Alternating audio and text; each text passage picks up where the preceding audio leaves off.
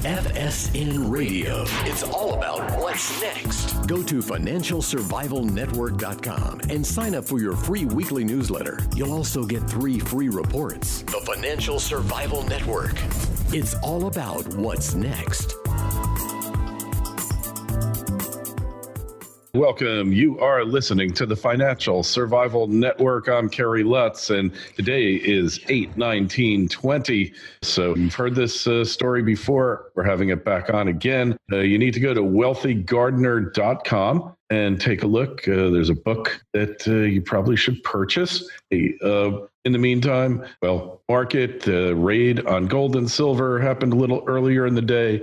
It was unsuccessful and the markets flipped around, and we're just seeing this constantly. Where do you think it's all heading? By the way, I had a lot of emails from you about our contest. We are going to do a contest. It's probably going to be on Labor Day weekend when it ends, and it'll be guess the price of gold on Labor Day in honor of this being the 50th year since Nixon closed the gold window. So sorry to get back to you on that. Email us, kl@kerrylutz.com. We're going to have a contest page, all that stuff. So just be patient in the next couple of days. I promise. We're shooting for by Friday. In any event, hey, we've got John Soforic back with us again. Book, John, that you wrote is really getting noticed. It's really getting a lot of attention. And I think it's so important because a lot of it is geared towards younger people. And how do you start a life of wealth accumulation instead of wealth destruction or financial profligacy? The Wealthy Gardner, it's on audiobook as well, and you can go to wealthygardner.com and listen to the intro. John, welcome back, and hey, how's the book going? Hey, Kerry, thanks for having me. The book's been surprisingly, it's taken off. It's gained some traction in this world. It was originally just written for my son, but since it was published, it's been picked up by a publisher. It's now been translated into 6 different languages, and there seems to be a common chord that book touches out there, a philosophy of financial achievement, and people need to, I don't know, for some reason they're eating it up. So I appreciate you having me back on your show. Thank you. My pleasure. So remembering back, you wrote this for your kids effectively, and one person said, best book since Rich Dad, Poor Dad. It's better than Think and Grow Rich. These are pretty major accolades, but obviously your book hit a nerve. Yeah, and I can't, it's really humbling, to be honest with you. Those are my books, Think and Grow Rich, Richest Men in Babylon. I'm 55 years old, so those are the books I grew up on. Same here. Yeah, I'd be nowhere without those books. And so to mention those kind of books in the same sphere as me, wow, thank you. I take it seriously.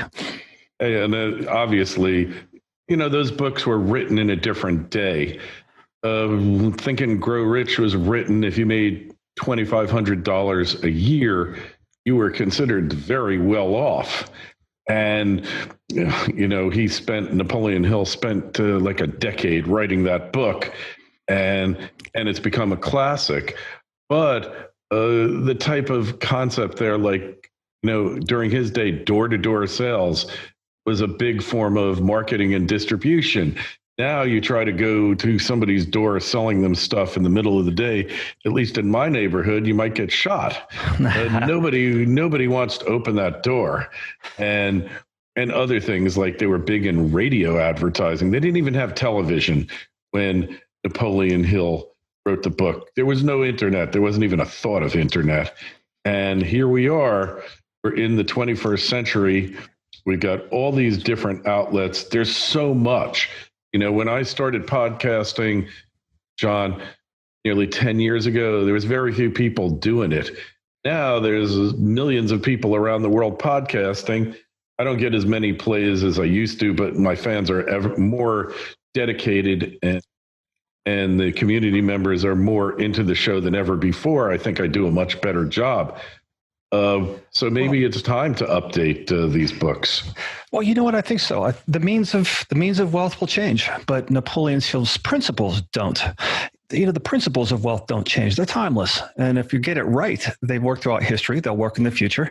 And maybe they'll be saying that about us someday. Boy, we're dragging our knuckles on the ground too. Look at what we used to do compared to God knows where it'll be 20 years from now. But the principles, that's what it's about to me. It's about the philosophy of success. And that's what I wanted my son to know.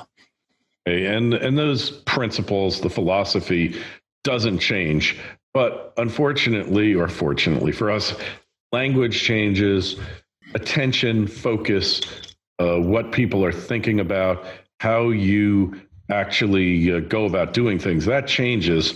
So it's one thing to give a theoretical book, outlook, and taken that way, books like Think and Grow Rich, Richest Man in Babylon, Acres of Diamonds, I think, was another book we all knew and love. Absolutely. George Clayson, love it. Temple University. Sure. Yeah, all those books, they're all relevant because nothing's changed and because success takes place between your two ears, behind your eyes. That's where success is born, not out there because you were born privileged or born to a wealthy family. We know all the stories about the Fortune 500 or the Forbes 500. So many of those people come and go, and not that many of them actually stay there firmly planted. So wealth. I got a question for you, John. Let's say you've been a successful person through the principles in these books and in your book. Then something happened, the pandemic, and your business shuts down, and you're basically done. And then you have to start over again. How hard is it to do that once you've got these principles? It's hard, Kerry. Okay. I'm a guy who did it. So you're not going to find me out there. I went from $200,000 in debt and student loans, and I ended up with $240,000 retirement income. So I'm not going to tell you that it's a leap over a rainbow and that this is Disney World and it's really simple. However, you have a fighting chance if you have the right philosophy. If you understand that work is a sacrifice, you're going to do a lot of things that maybe you don't want to do to build it, to earn something that's worthwhile. Yeah, it's going to be hard. I'm sorry. I know that's not real popular in this day and age, but for those of us who have done it, you got to accept that. Yes, it's going to be hard. Okay. It's going to be hard. So what? It's hard not to succeed. Struggling forever in mediocrity is hard. So I don't, it's going to be hard to tell you the truth. I couldn't agree with you more. I mean, I've always laughingly say I've made 4 fortunes and I've lost 3.5 of them. And now I'm on my 5th and I'm not bitter or anything else. And I won't say that I've been happy losing those fortunes, but learned valuable lessons from it. And really just, it's once you succeed, it wasn't so much the idea that caused you to succeed, although ideas are born generally from successful minds, but there's no guarantee just because you had a great idea that you're going to succeed. It took, and it's not necessarily so much hard work, because when you're really passionate about what you're doing, that old cliche pops into my mind, John, love what you do and you'll never work a day in your life. That to some extent is true. But when you've been working 12, 14 hours, then you go home and you got to put on a happy face, even though everything didn't go well at work, it can be a challenge. So from your standpoint, all right, you're like student loans, that's the worst debt you can take on. It's worse than income taxes. It's worse than 25% credit cards because it never goes away. It's non-dischargeable in bankruptcy. It's with you until you pay it off. And it's kind of like this millstone hanging around your neck. What do you think for your average millennial living in their parents' basement or in their attic? What's the best way to get rid of that debt? Besides never taking it on. Right. It's already taken out. I get it. You got it. You own it. It owns you. And so I would say to millennial, keep in mind that if I can just give context to this, my grandfather was a coal miner. My parents moved into half of a trailer when they got married. I graduated with $200,000 worth of debt. And so by moving up in the world. Yeah, right. Well, you could say my grandfather was better off financially than I was for a while. And by the time I was 30, I had a family. I had a wife and 2 kids. And I was really understood what it was like to be a wage slave. It's just a wage slave. Like you said, that big debt right there, nobody sees it except for me. I live it every day because I can't pay it off. And all my hours go to food, shelter, clothing, and a big debt. So if you're talking about a situation where I may not understand a millennial sitting on the couch who's kind of stuck in life, well, I understand stuck in life. Okay. So what do?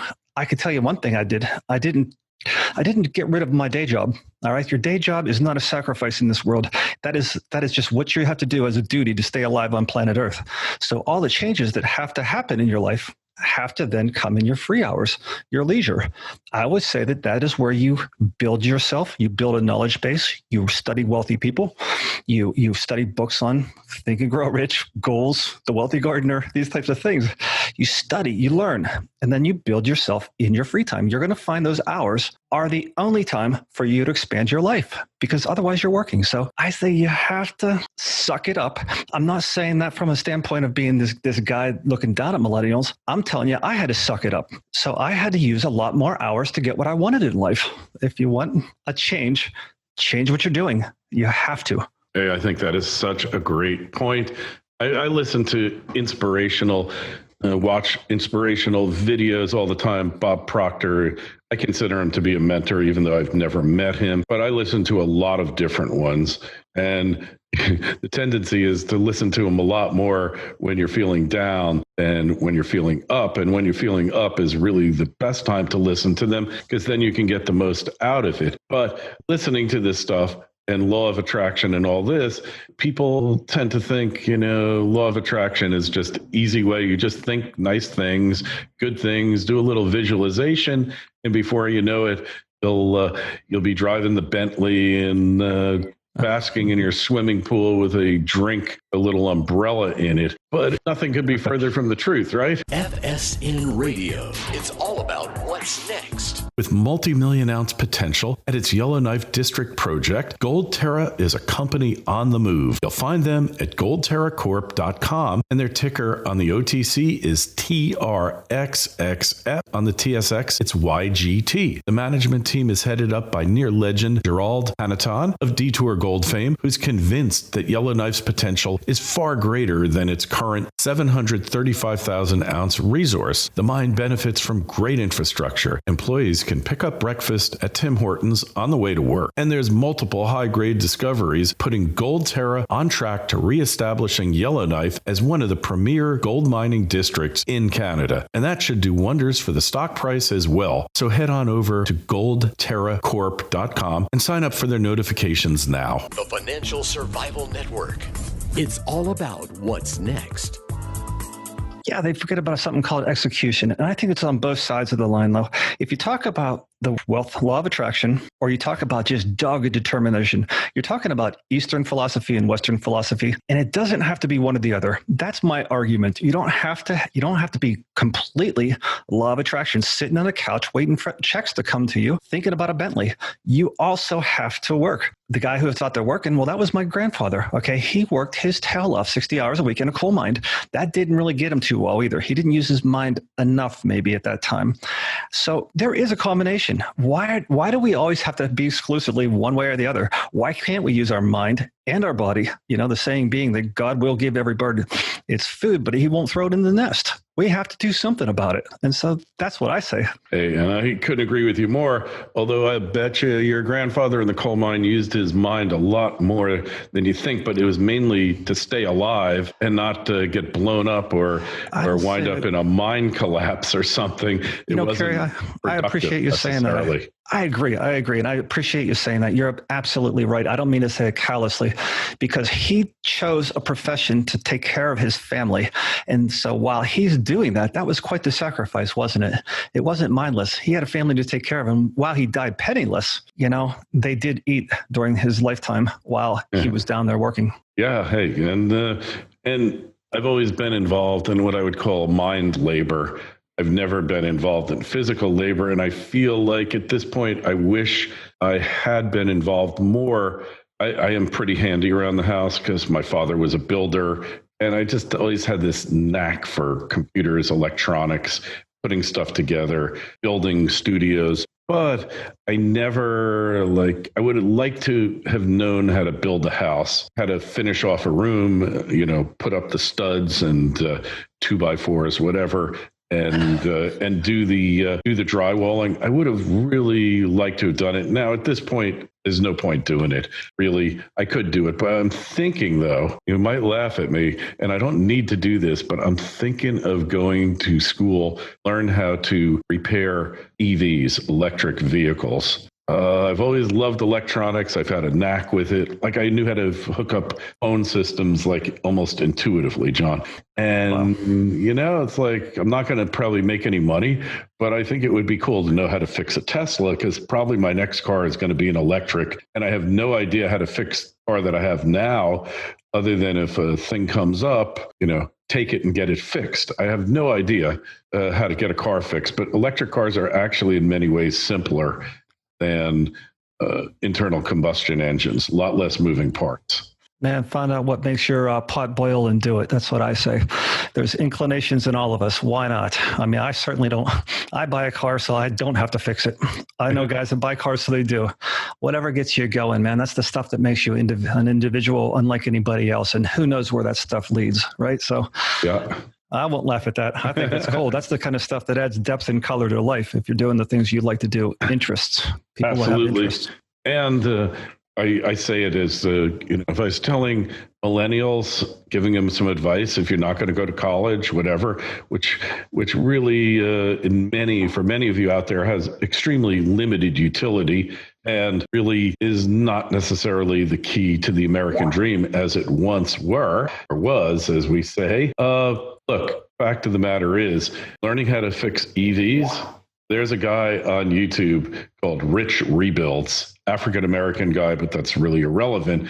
But he can take these things apart. He can modify them, soup them up. I mean, it is amazing what he can do. The guy is incredible. And really, it would be a cool thing to know how to do, because so few people will know. They'll just take out this component, put the other one in. Everything will be modular at some point, and there won't be any thought involved whatsoever. But for now, I think it'd be a cool thing to do. Well, telling people, John, how do you succeed without going to college?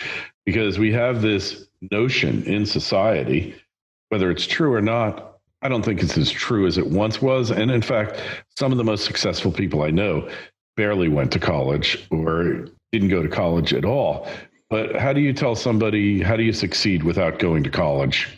Kerry, it really comes down to understanding economics. Let's start there. Imagine if your goal is wealth. I mean, it's so pervasive in our society to say, let's not start with the goal of wealth. Well, I disagree, because wealth is going to cause you to serve a lot of people. And if you want to get wealthy, you're going to have to find a service. And your income is based on the need for what you do, and how well you do what you do, and how many people you serve, and the difficulty in replacing you. These factors go into income. And if you can just think of those four things, you're going to have to search it out. Use your mind to find a service. I mean, I talked to a garbage man the other day. Now, who wants that job? You don't talk about that I'm not talking about on the back of a garbage truck. He owns a garbage company. Well, that's not something you talk about at a wine and cheese party, but the guy's killing it. He's crushing me. I'm retired at 49. So there's opportunity in service. But it's just not drawing portraits on a landscape. You have to start with the idea of what makes money and what will people pay for. Again, it's all about the service. You have to start there, and then use your creativity. Once you get that goal in your head, everybody has a different path. There's a million different paths, but one thing's for sure: the principles of success, they stay the same. Learn that. Learn the philosophy, and then you'll find your own way. That's how it works. Yeah, and that is so true. I can't see myself ever retiring, having too much fun at what I'm doing. Hey, just tell us, John, where do we go get the book? I assume Amazon and wherever fine books used to be sold. Yeah, it's everywhere now, Kerry. I mean, it's in 6 different languages, and so at this point, I would say it's everywhere. And if people are leaning towards the audio versus the print book, I mean, obviously, I'm with both, but The narrator, Dennis, he just did a phenomenal job on that audiobook. He created that into an experience for people. He made it different. He nailed it. There's something special about the audio. All right. Hey, we appreciate you coming on. Any questions or comments for John? Email us, kl@kerrylutz.com, Twitter feed @KerryLutz. Facebook page is Financial Survival Network. And of course, our main website, financialsurvivalnetwork.com. John, great to talk to you. Touch base. You be well and great luck on the book. And we'll look forward to your next one. Thank you, Kerry. Appreciate you having me. FSN Radio. It's all about what's next. Go to financialsurvivalnetwork.com and sign up for your free weekly newsletter. You'll also get 3 free reports. The Financial Survival Network. It's all about what's next.